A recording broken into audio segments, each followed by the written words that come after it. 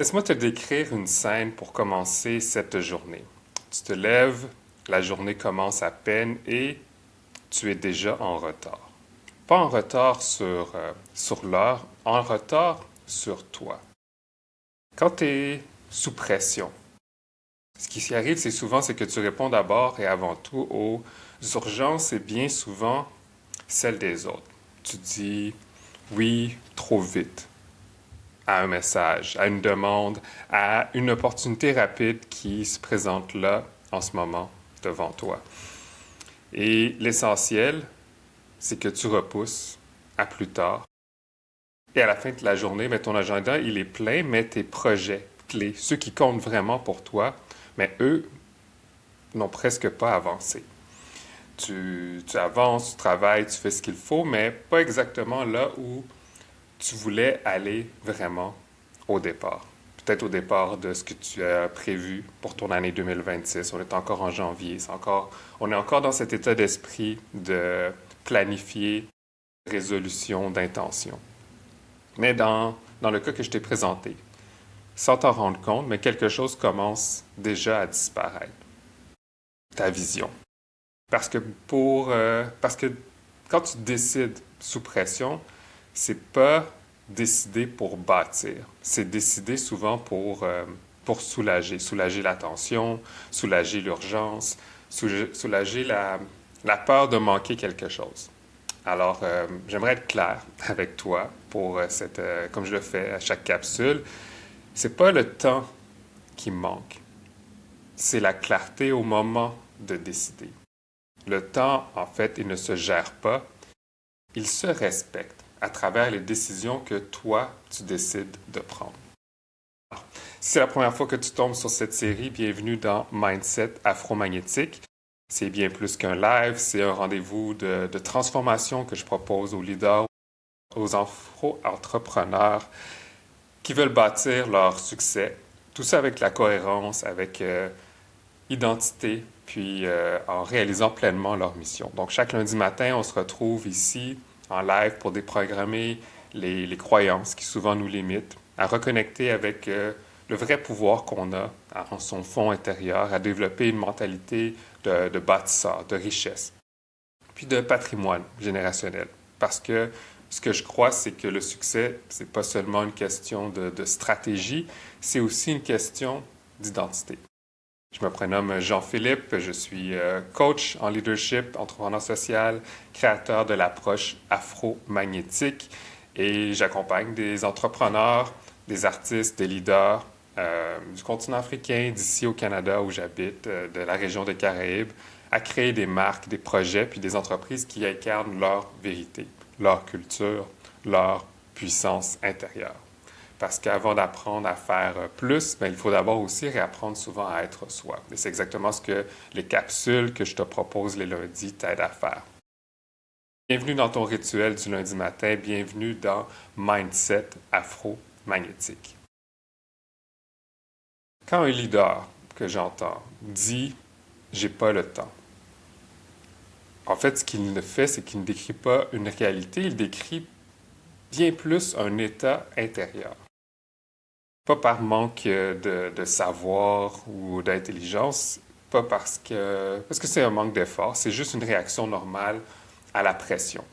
Parce que quand la pression monte, que ce soit en lien avec l'argent, avec des délais serrés, des attentes que les autres nous renvoient, mais le cerveau passe en mode réaction, activation, survie, on pourrait dire.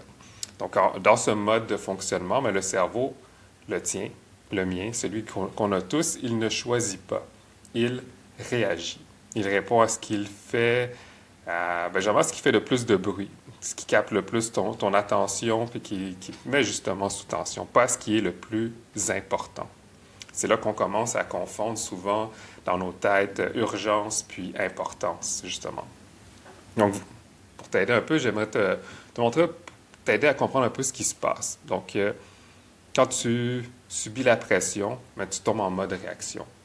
Puis à partir de ce mode de réaction-là, bien souvent, tu vas faire des mauvaises priorisations. Puis ces nouvelles décisions de priorité, ces mauvaises priorisations-là, bien, elles ont tendance à engendrer de l'épuisement, de la fatigue. Une fatigue qui t'amène vers d'abord et avant tout des décisions à court terme. Puis ces décisions, elles vont toujours sacrifier la vision à long terme que tu t'es donnée. C'est pas nécessairement donc que tu manques de temps, c'est que ton temps se désorganise au moment même où toi tu perds ta clarté. C'est pour ça que tu peux être occupé du matin au soir, de courir à droite à gauche et que quand même avoir l'impression de jamais vraiment avancer vers l'essentiel. Le temps ne disparaît pas, il se désorganise d'une certaine façon quand tu décides sous cette pression que tu te mets ou que tu laisses les autres te mettre. Et tant que cette façon de voir ton temps reste active, les techniques qu'on nous propose là, pour la gestion du temps, tous les outils, ils vont pas vraiment t'aider parce que le vrai coup de j'ai pas le temps, ben, il ne se voit pas tout de suite. Par contre, il est bien réel. Maintenant, parlons justement de ce vrai coup du je n'ai pas le temps. Pas celui qu'on voit dans notre agenda, vraiment celui qu'on ressent, mais qu'on évite bien souvent de regarder en face. Quand tu décides toujours dans une certaine forme d'urgence, les projets importants, ceux qui ont vraiment la capacité de changer la donne pour toi, sont bien souvent sans cesse repoussés. On les pèle en avant. Pas parce qu'ils ne comptent pas, mais parce qu'ils ne crient pas autant que les demandes d'urgence, les demandes que t'impose ton environnement, les gens autour de toi. Donc, ce qui avance vite, ben, ça finit par être les urgences, mais la vision, elle, pas vraiment. Parce que petit à petit, dans des cas comme ça, mais ton leadership même change. Tu n'es plus en train de bâtir, tu es en train d'éteindre des feux. Un problème après l'autre, une tension après l'autre. Et alors, ben, sans qu'on s'en rende vraiment compte, mais on prend des décisions pour soulager cette pression-là, mais pas pour construire quelque chose de solide, pas pour honorer ce que tu voulais vraiment, ce que tu t'es donné comme ambition, comme intention, exemple, pour ton année à venir. Donc, tu connais la vision, tu peux même l'expliquer très bien, mais dans les faits, elle n'est presque jamais vraiment servie en premier comme elle le mérite. Et ça, c'est vraiment ce que j'appelle le coût invisible. Pas juste la fatigue, pas juste le stress, parce que ce sont des choses bien réelles, ils sont présents. C'est vraiment le coût. C'est l'écart qui se creuse entre ce que tu voulais bâtir et ce que tu es réellement en train, toi, de faire. Tu travailles beaucoup, mais tu construis moins que tu pourrais dans ces circonstances-là. Donc maintenant, si je te disais que c'est pas une question de faire plus, mais de changer l'endroit depuis lequel toi tu décides qui va être ton vrai chemin pour avancer. Donc je voulais te partager un concept que je considère qui est important dans cette discussion qu'on a ensemble à propos du temps. Si tu te dis, toi, souvent, j'ai pas le temps, c'est pas parce que tu es mal organisé, c'est pas à la faute de ton agenda, des outils que tu utilises autour de toi pour gérer ton temps et tes systèmes. C'est l'endroit à l'intérieur de toi, dans ta tête, dans ton questionnement, depuis lequel tu décides. Parce que, comme je l'ai dit, le temps ne se gère pas, il se respecte à travers les décisions que toi tu prends. Quand tu décides depuis une posture de calme, le temps a beaucoup plus tendance à s'aligner. Parce que quand tu décides sous pression, mais au contraire, le temps, il se fragmente.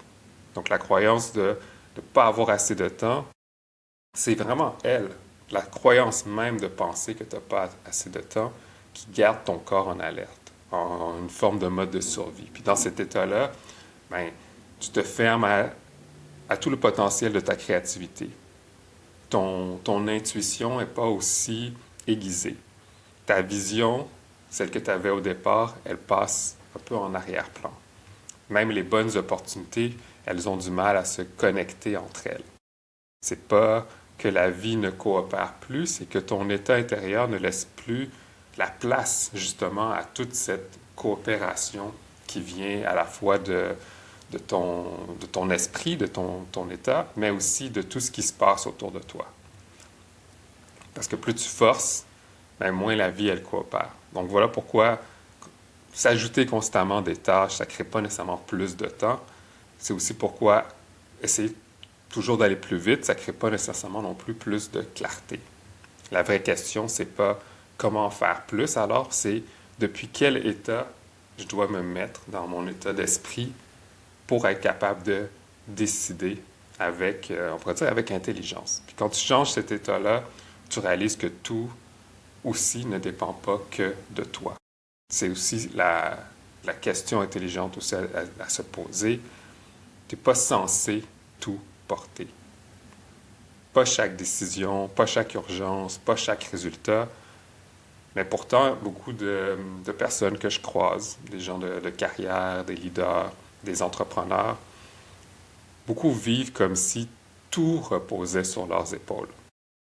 Alors, on essaie de se mettre dans un état où on est capable de tout anticiper, on veut mettre plus de contrôle, on serre les dents, puis plus on porte, mais plus ça épuise.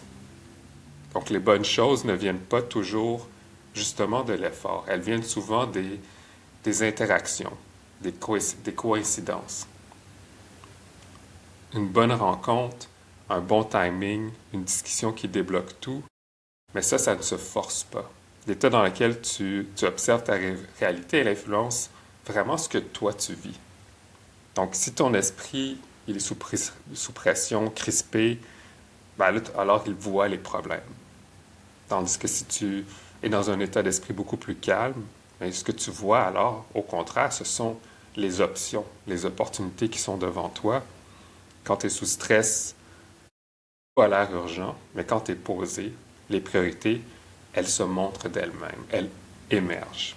Donc, on ne force pas la pluie, comme on pourrait dire dans la sagesse africaine, on prépare la terre. Et quand tu comprends ça, mais ton rapport au temps a la capacité de changer complètement. On nous a souvent appris à aller vite, à remplir, à optimiser, à courir, mais la vérité, c'est pas la vitesse qui crée le succès durable, c'est le moment juste. Donc, quand tout est flou, ça s'étire, quand c'est clair, ça se fait beaucoup plus vite, avec beaucoup moins d'efforts. Toute chose a d'une certaine façon aussi, on pourrait dire, un temps de maturation.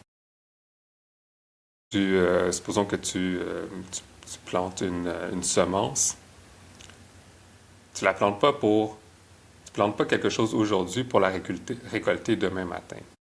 Donc, on ne tire pas sur une plante pour la faire pousser, on ne déterre pas la graine pour voir constamment, la semence constamment pour voir où elle en est rendue.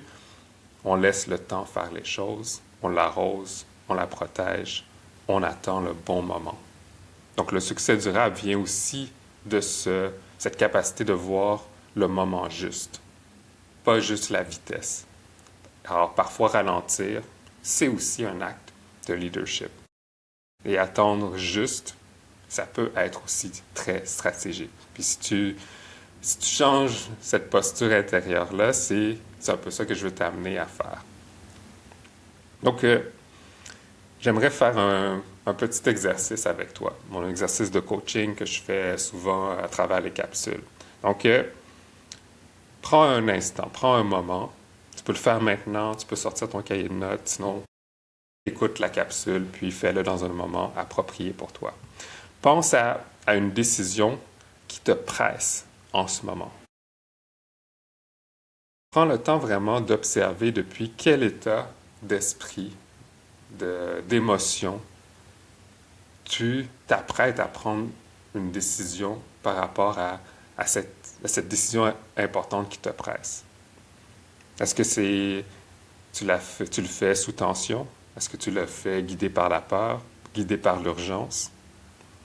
Maintenant, ce que j'aimerais t'amener à faire, c'est d'imaginer cette même décision, mais prise depuis le calme.